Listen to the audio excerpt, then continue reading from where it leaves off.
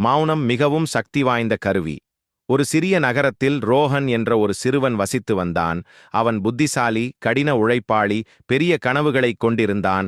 ஆனால் அவனுக்கு ஒரு பழக்கம் இருந்தது. அது அவனை அடிக்கடி சிக்கலில் சிக்க வைத்தது.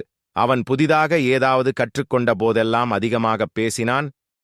அதை அவனிடமே வைத்திருக்க முடியவில்லை. அவன் தன் திட்டங்களை, படிப்பை பற்றியோ அல்லது தனிப்பட்ட இலக்குகளை பற்றியோ எல்லோரிடமும் அறிவிப்பான்.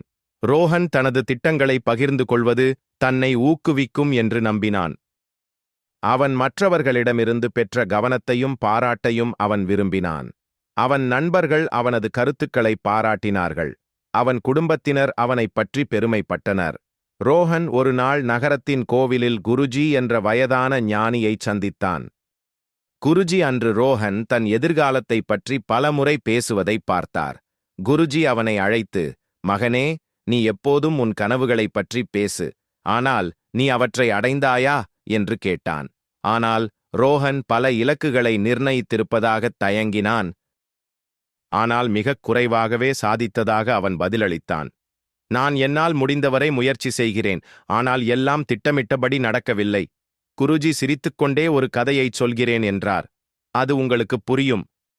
ஒரு கிராமத்தில் தேவ் என்ற விவசாயி இருந்தார். அவர் ஏழை, மிகவும் கடின உழைப்பாளி.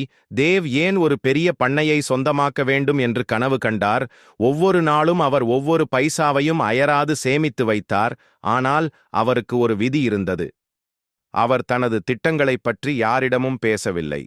கிராமத்தில் உள்ள மக்கள் தேவிடம், "நீங்கள் எதற்காக இவ்வளவு கடினமாக உழைக்கிறீர்கள்?" என்று அடிக்கடி கேட்பார்கள். ஆனால் அவர் சிரித்துக்கொண்டே, "சரியான நேரம் வரும்போது நீங்கள் பார்ப்பீர்கள்" என்று கூறுவார். ஆண்டுகள் கடந்துவிட்டன. மெதுவாக தேவ் சிறிய நிலங்களை வாங்கி பயிர்களை நட்டு தனது பண்ணையை விரிவுபடுத்தினார். வீடு. ஒரு நாள் அவர் இவ்வளவு சாதித்ததை நினைத்து கிராம மக்கள் அதிர்ச்சியடைந்தனர். ஒரு நாள் டெவலப்பர்களின் பழைய நண்பர் ஒருவர் அவரை சந்தித்து, "உங்கள் திட்டங்களைப் பற்றி யாரிடமும் ஏன் சொல்லவில்லை?" என்று கேட்டார். "உங்கள் கனவுகளைப் பற்றி நீங்கள் அதிகமாக பேசும்போது."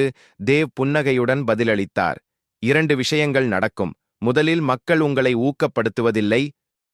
இரண்டாவது, உங்கள் சக்தி பேசுவதில் வீணாகிறது. வேலை செய்வதற்கு பதிலாக அமைதி உங்கள் இலக்குகளை பாதுகாக்கிறது. வார்த்தைகள் ஒரு முறை சுடப்பட்ட அம்புகள் போன்றவை. அவை திரும்பப் பெற முடியாது. நான் கதையை கேட்பதற்கு பதிலாக என் வெற்றியை பேச அனுமதித்தேன்." ரோஹன் சிந்தனையில் ஆழ்ந்திருந்தேன். குருஜி தொடர்ந்தார், "மகனே, நீங்கள் உங்கள் இலக்குகளைப் பற்றி அதிகமாக பேசும்போது 2 விஷயங்கள் நடக்கும். முதலில், மக்கள் உங்களை ஊக்கப்படுத்த மாட்டார்கள். எல்லோரும் உங்கள் வெற்றிக்காக மகிழ்ச்சியடைய மாட்டார்கள். இரண்டாவது, உங்கள் இலக்கைப் பற்றி நீங்கள் உணரும் உற்சாகம் நீங்கள் பேசும்போது மறைந்துவிடும்." ரோஹன் இப்போது தனது திட்டங்கள் ஏன் பலனளிக்கவில்லை என்பதை புரிந்து கொண்டார். நடிப்பதற்குப் பதிலாக, பேசுவதற்குப் பதிலாக அதிக சக்தியைச் செலவிடுகிறார். "குருஜி, நான் இன்னும் என்னை மாற்றிக்கொள்ள முடியுமா?" குருஜி சிரித்துக்கொண்டே சொன்னார், "இன்று முதல் நிச்சயமாக குறைவாகப் பேசுங்கள், அதிகமாகச் செயல்படுங்கள். உங்கள் வெற்றி சத்தத்தை எழுப்பட்டும், உங்கள் வார்த்தைகள் அல்ல." மௌனத்தை நினைவில் கொள்ளுங்கள். அன்று முதல் ரோஹன் சக்தி வாய்ந்தவன். அவன் தன் திட்டங்களை எல்லோரிடமும் விவாதிப்பதை நிறுத்திவிட்டான். அதற்கு பதிலாக நடவடிக்கை எடுப்பதில் கவனம் செலுத்தினான். அவன் படித்தான். அமைதியாக, கடினமாக உழைத்து தன் கனவுகளை நோக்கிச் சென்றான். மாதங்கள் செல்லச் செல்ல தேவையற்ற விவாதங்களைத் தவிர்த்தான். ரோஹன் ஒரு வித்தியாசத்தைக் கண்டான். அவன் தன்னம்பிக்கை வளர்ந்தது. அவன் இறுதித் தேர்வு முடிவுகள் அறிவிக்கப்பட்ட போது அவனுக்கு வெளிப்புற சரிபார்ப்பு தேவையில்லை. ரோஹன் பள்ளியில் முதலிடம் பிடித்தான். மக்கள் அவனை பார்த்து ஆச்சரியப்பட்டார்கள். மாற்றம்.